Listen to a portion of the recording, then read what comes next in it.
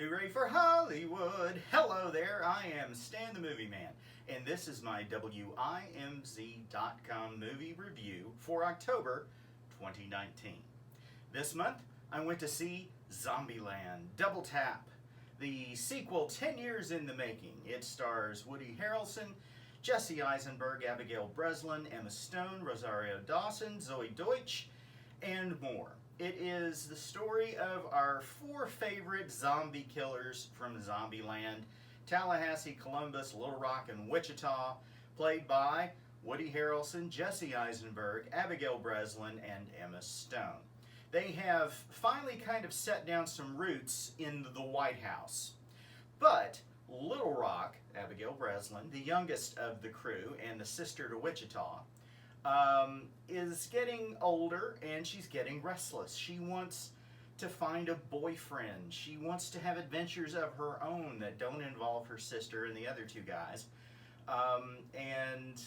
So she and Wichita head out on their own. They steal the Dominator, which is the latest version of their protected zombie vehicle, out, and they go into the Badlands.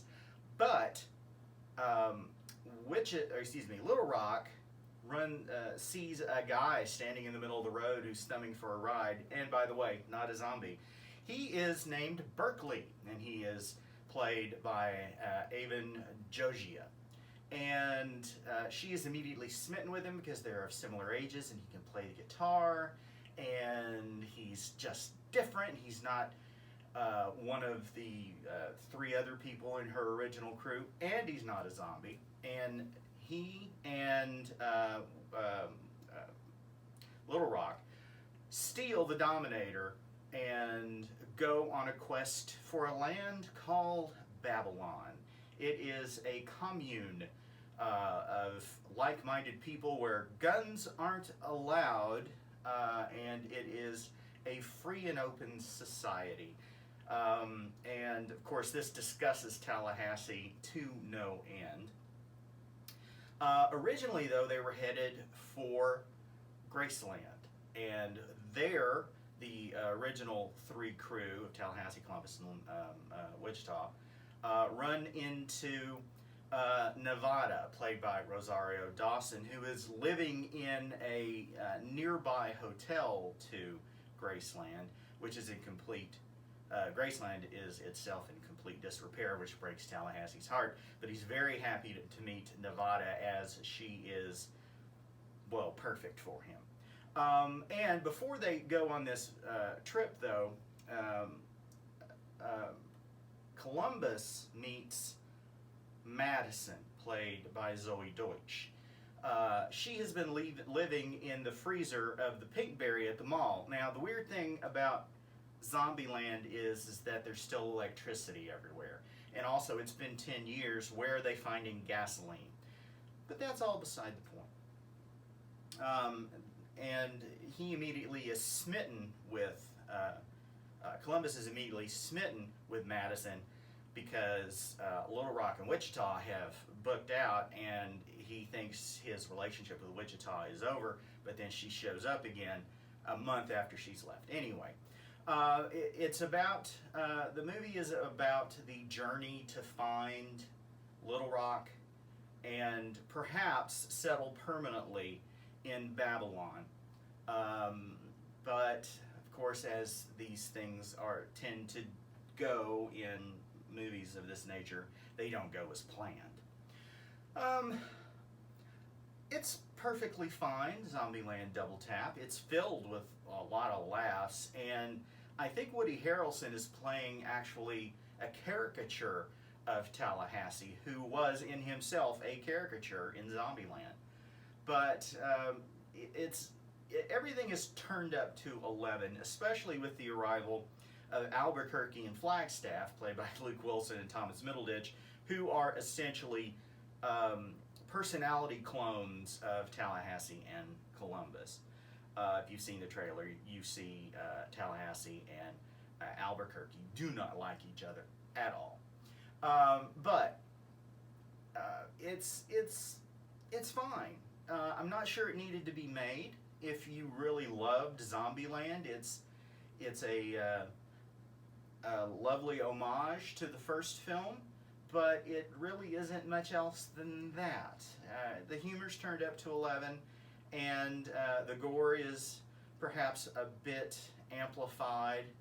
But other than that, there's not much reason for this movie to exist, other than the introduction of a new kind of zombie that is harder to kill. And while we're talking about zombies, here is my biggest problem with zombie movies and TV shows. I realize if you're doing a TV show, you need things to talk about episode after episode, so you can't cure the zombie outbreak. But if you're doing a zombie movie, why can there never be a cure for the zombieism? There must be a cure, there must be a cause, so hence there must be a cure.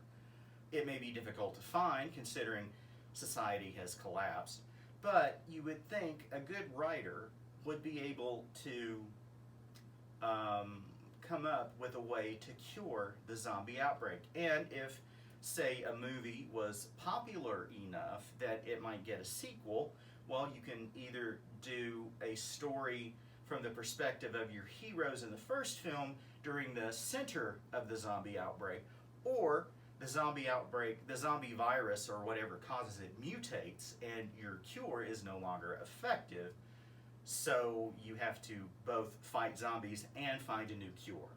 So, but that's a digression.